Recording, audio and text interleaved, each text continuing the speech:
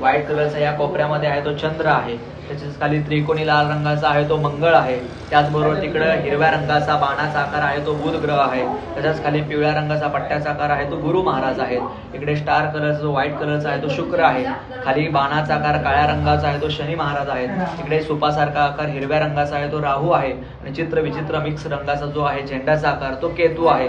असं या ठिकाणी नवग्रहांची पूजा आपल्याला करायची आहे. नवग्रहांची पूजा या ठिकाणी का करत असतात तर आपल्या घरामध्ये नवग्रहांची अनुकूलता प्राप्त व्हावी. जर कोणाच्या कुंडलीत जे काही दोष असतील त्याचं निवारण व्हावं. आता अनेक प्रकारे कुंडली बघितली तर दोष असतात, कोणाला मंगळ दोष, कालसर्प दोष, पितृदोष आहे की नाही, अनेक प्रकारचे दोष असतात. कुठला दोष असेल त्याचं निवारण व्हावं.